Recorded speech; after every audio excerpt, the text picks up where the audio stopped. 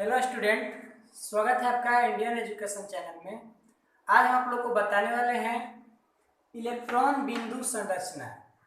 ये जो केमिस्ट्री का ही धातु अधातु चैप्टर से है, इस टॉपिक को हम पढ़ेंगे। इलेक्ट्रॉन बिंदु संरचना हम लोग कैसे करते हैं, तो सबसे पहले हम इसका डिफिनेशन समझेंगे कि इलेक्ट्रॉन बिंदु संरचना है क्या। तो इसको हम समझते हैं, जैसे कोई तत्व लेते हैं, कोई तत्व जैसे लेते हैं ऑक्सीजन।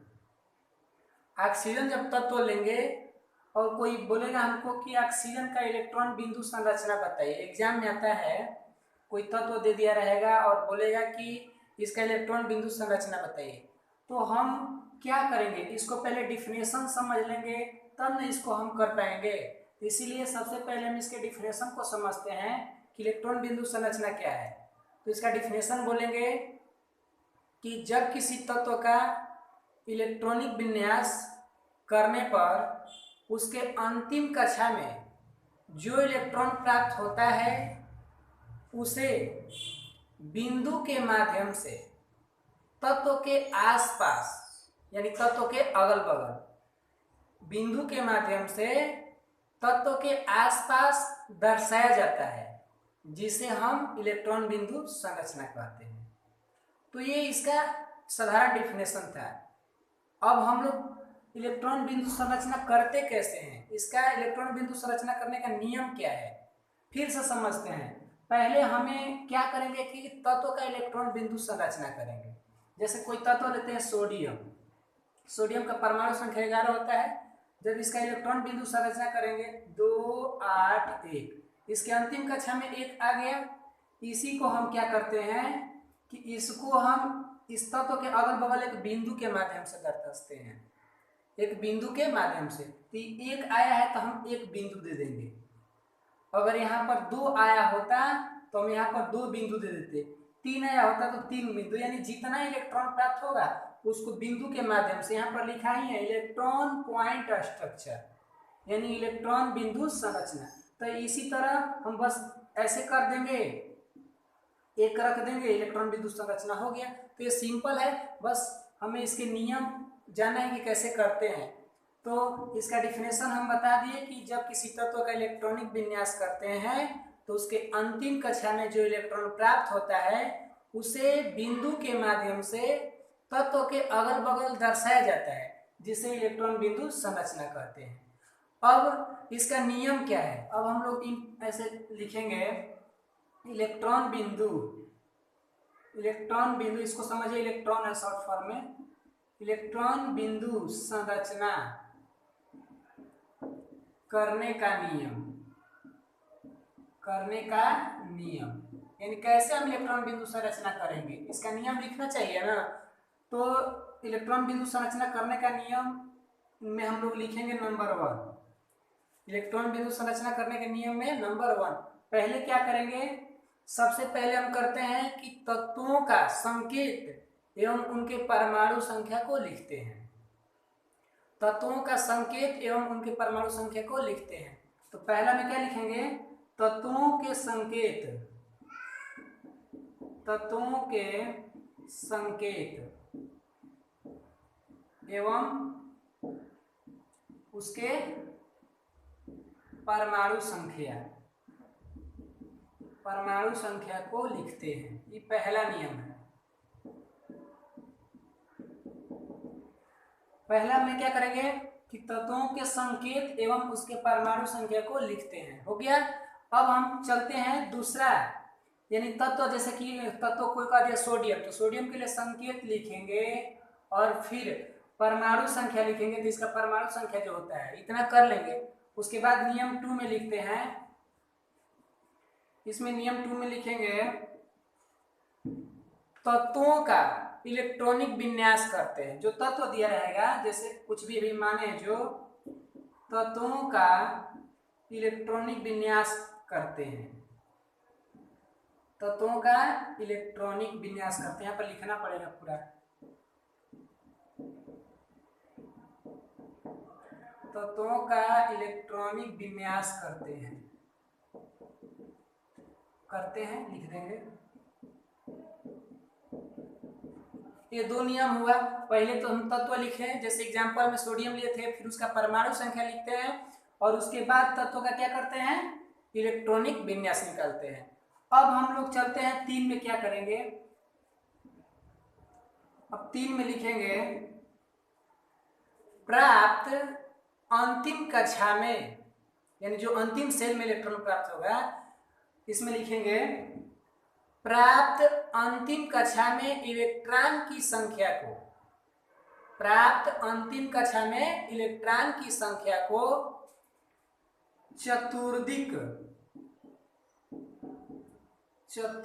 बिंदु,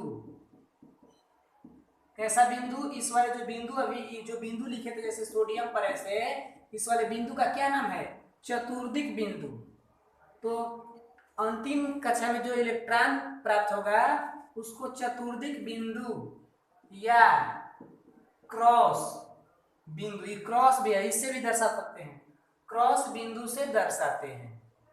तो जो हमारा इलेक्ट्रॉनिक विन्यास की है उसके अंतिम कक्षा में जो इलेक्ट्रॉन प्राप्त हुआ उसे कैसे बिंदु से दर्शाएंगे, चतुर्दिक बिंदु या क्रॉस बिंदु।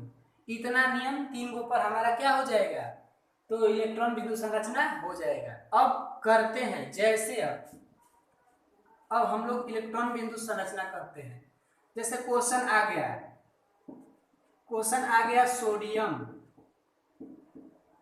सोडियम का इलेक्ट्रॉन बिंदु संरचना, सोडियम का इलेक्ट्रॉन बिंदु संरचना करें।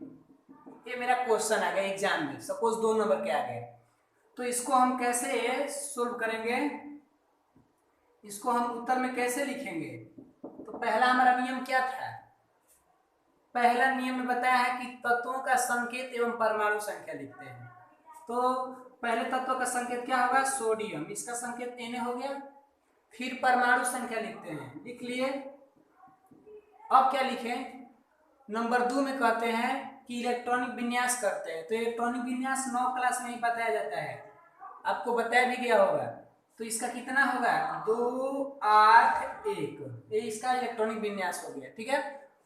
अब हम नंबर 2 भी कर ले। 3 में क्या कह रहा है कि जो अंतिम कक्षा में इलेक्ट्रॉन प्राप्त है, अंतिम में देखिए तो यही ना प्राप्त है, इसको चतुर्दिक बिंदु से दर्शाते हैं। तो कहाँ दर्शाते हैं, तत्व के ऊपर ना।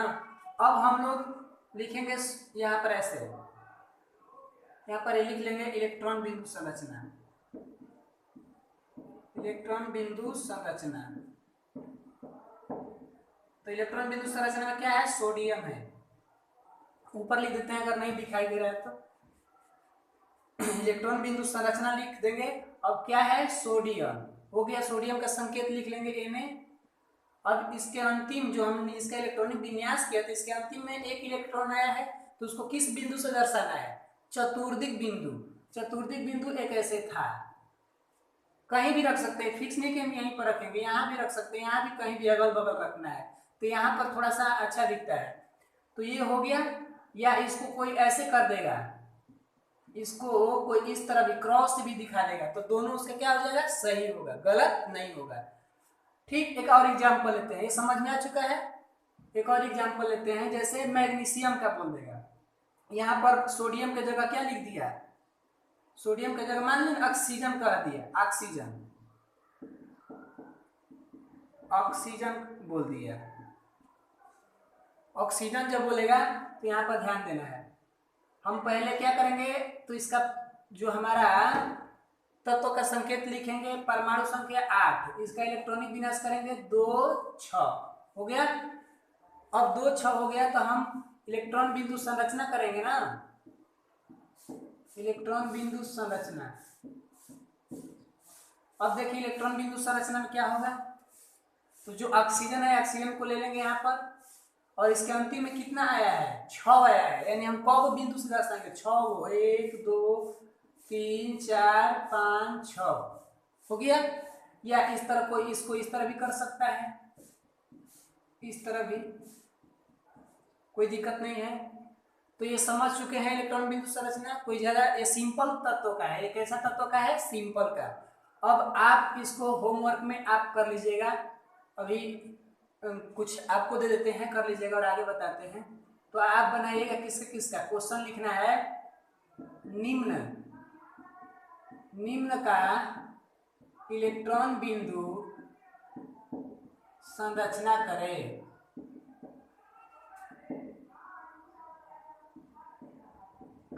निम्न का इलेक्ट्रॉन बिंदु संरचना करे।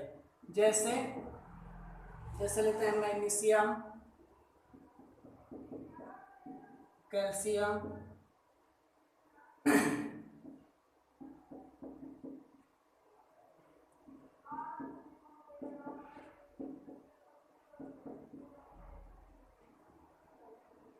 Nitrogen, silicon. इतना का क्या करना है आपको होमवर्क के रूप में, इलेक्ट्रॉन बिंदु संरचना है। अब हम थोड़ा सा एक और देखते हैं, इसको समझ में आ चुका है, अब आगे देखते हैं। लिख लिए इसको। अब हम थोड़ा सा लिखेंगे, नोट देकर लिखेंगे। नोट में लिखेंगे आयनों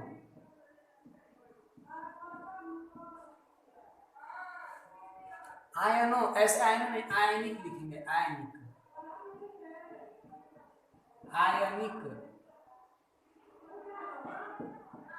इसमें इंक खत्म हो चुका है। आयनिक तत्वों का इलेक्ट्रॉन बिंदु संरचना। आयनिक तत्वों का इलेक्ट्रॉन बिंदु संरचना बोल रहे हैं, अगर इंक डालना पड़ेगा। आयनिक तत्वों का इलेक्ट्रॉन बिंदु संरचना। अब इसमें देखेंगे, जैसे अब वो जो ऊपर हम बताए थे वो सिंपल तत्व था, उस पर कोई प्लस माइनस का चिन्ह नहीं था। अगर कोई तत्व आ गया प्लस माइनस का तब कैसे होगा। जैसे एक एग्जांपल में ले लेते हैं,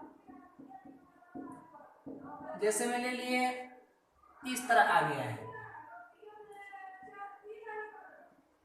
इस तरह आ गया, लिखा है कि इसका इलेक्ट्रॉन बिंदु संरचना बताएं, इलेक्ट्रॉन बिंदु संरचना बताएं। तो इसको हम कैसे बनाएंगे, एक एग्जांपल में इस तरह दिया है। अभी जो बताया था खाली ऑक्सीजन था, साधारण था, लेकिन यहाँ पर आयन दर्शा दिया है। इसका क्या पूछ रहा है, इलेक्ट्रॉन बिंदु संरचना। तो इस प्रकार को हम कैसे करेंगे, इसको देखते हैं। तो इसमें कुछ है नहीं, बस जैसे उसको किए थे वैसे ही करेंगे, बस थोड़ा सा इसमें डिफरेंट है कि इसको कुछ कर देते हैं अलग से। देखिए यहाँ पर, तो हम लोग इसको जैसे बनाए थे ऊपर उसी तरह बनाएंगे। अब हमको बार बार परमाणु संख्या सब लिखने की जरूरत नहीं है, डायरेक्ट हम मन से भी जान सकते हैं। इसको डायरेक्ट मन से करने के लिए पहले हम लिखेंगे इसका कितना है, परमाणु संख्या 8। इसका इलेक्ट्रॉनिक विन्यास करेंगे 2 6 हो गया, इलेक्ट्रॉन विन्यास कर लिए। अब हम लिखेंगे इलेक्ट्रॉन बिंदु संरचना, इलेक्ट्रॉन बिंदु संरचना। तो वो ऑक्सीजन का करना है ना, तो यहाँ पर हम करेंगे क्या कि ऑक्सीजन को ऐसे लिखेंगे, यहाँ ऊपर लिखते हैं, इस वाले को हमको करना है ना। तो पहले ऑक्सीजन का संकेत ओ लिख लेंगे, इसको हम ब्रैकेट में लिखेंगे, ऐसे ब्रैकेट में लिख लिए। इस पर जो आयन है प्लस माइनस का चिन्ह है, इसको जैसे है तो ऐसे यहाँ पर रख देंगे, हो गया। और इसके जैसे हम बिंदु से दर्शाते थे 6 आया, तो हम यहाँ पर अंदर में कौ दर्शा देंगे, 6 दर्शा देंगे, बस हो गया। कोई दिक्कत, इसी तरह करना है। समझ में आ चुका है आप लोगों को। एक और एग्जांपल देख लेते हैं, जैसे आगे इस तरह Mg2+ का इलेक्ट्रॉनिक मतलब कि इलेक्ट्रॉन बिंदु संरचना बताइए। तो इसको हम क्या करेंगे, जैसे जैसे इसको किया वैसे वैसे उसको भी करेंगे।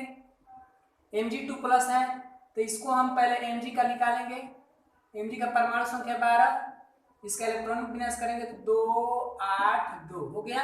अब हम लिखेंगे इलेक्ट्रॉन बिंदु संरचना, ये लिखना जरूरी है, इलेक्ट्रॉन बिंदु संरचना। तो Mg है यानी मैग्नीशियम है, तो Mg को ऐसे लिख देंगे, ठीक है। इसको कहाँ रखेंगे, ब्रैकेट में। इस पर कितना प्लस है, 2+ यानी 2+ यहाँ पर रख देंगे, हो गया। अब इसके लास्ट में देखें तो कितना इलेक्ट्रॉन आया, 2 आया है, यानी इस पर कौन दिखा देंगे, 2 बिंदु भी दिखा सकते हैं, या आपके मर्जी में है तो क्रॉस भी दिखा सकते हैं, ठीक है।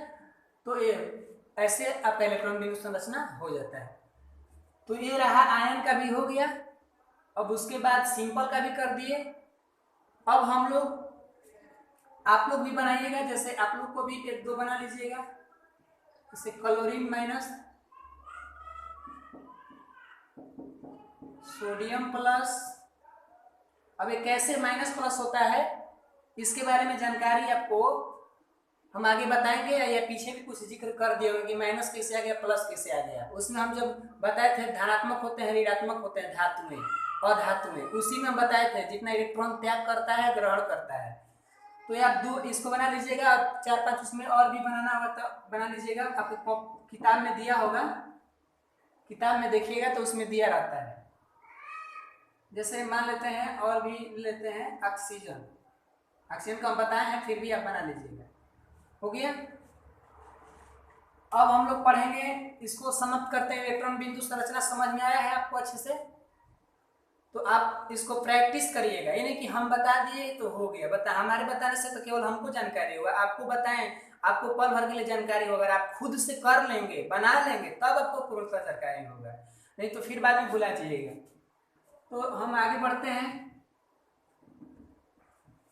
अब हम लोग पढ़ेंगे आयन। हमारा अगला प्रश्न है आयन, जो कि ये 9 में भी पढ़ना था। Ion IONS। प्रश्न लिखेंगे आयन किसे कहते हैं। प्रश्न क्या लिखेंगे? आयन किसे कहते हैं। हो गया। हमारा उत्तर होगा, उत्तर में बोलेंगे धनात्मक, धनात्मक मीन्स प्लस, धनात्मक या ऋणात्मक परमाणु को आयन कहते हैं। धनात्मक या ऋणात्मक परमाणु को आयन कहते हैं। फिर से बताते हैं आयन किसे कहते हैं। इसका उत्तर कैसे बताए हैं? धनात्मक और ऋणात्मक परमाणु को आयन कहते हैं। हो गया। अब हम पैराग्राफ चेंज करेंगे, एरो का चिन्ह का लिखेंगे। आयन मुख्यतः 2 प्रकार के होते हैं। आयन कितने प्रकार के होते हैं? 2 प्रकार के होते हैं। कौन कौन, उसको नीचे लिख लेंगे। पहला में लिखेंगे धनायन, धनायन, और दूसरा में लिखेंगे ऋणायन। थोड़ा सा दिख नहीं रहा होगा तो सुनकर लिख लीजिएगा ऋणायन। पहला धनायन, दूसरा ऋणायन। इंग्लिश में हम क्या बोलेंगे? कैट, ये बिल्ली नहीं है, कैट आयन, कैट आयन यानी कैटायन भी बोलते हैं। ये नहीं कि कोई TIO को स भी पढ़ देता है, लेकिन यहाँ पर हमें ये अलग है, ये अलग है, कैटायन बोलते हैं। कैट नहीं, बिल्ली वाला कैट नहीं उच्चारण कर रहे हैं, कैट आयन। कैसे बोलेंगे? Cation. यहाँ पर ऋणायन को क्या बोलेंगे? एन, जैसे एन होता है ना, एन आयन यानी एनायन। Cation, anion. यानी आयन कितने प्रकार के होते हैं? 2 प्रकार के। पहला धनायन, दूसरा ऋणायन। अब हम धनायन और ऋणायन का डिफिनेशन और इसका एग्जाम्पल, तो बस हम इतना ही रन देते हैं, नहीं तो इन दोनों के बारे में चर्चा करेंगे तो ये वीडियो बहुत लंबा चला जाएगा। ठीक है, तो हम मिलते हैं आपसे अगले वीडियो में। और आपको जहाँ भी नहीं दिक्कत, मतलब कि जहाँ भी समझ आपको नहीं आए तो आप उसे कमेंट में पूछ सकते हैं। तो आपको इतना के लिए धन्यवाद।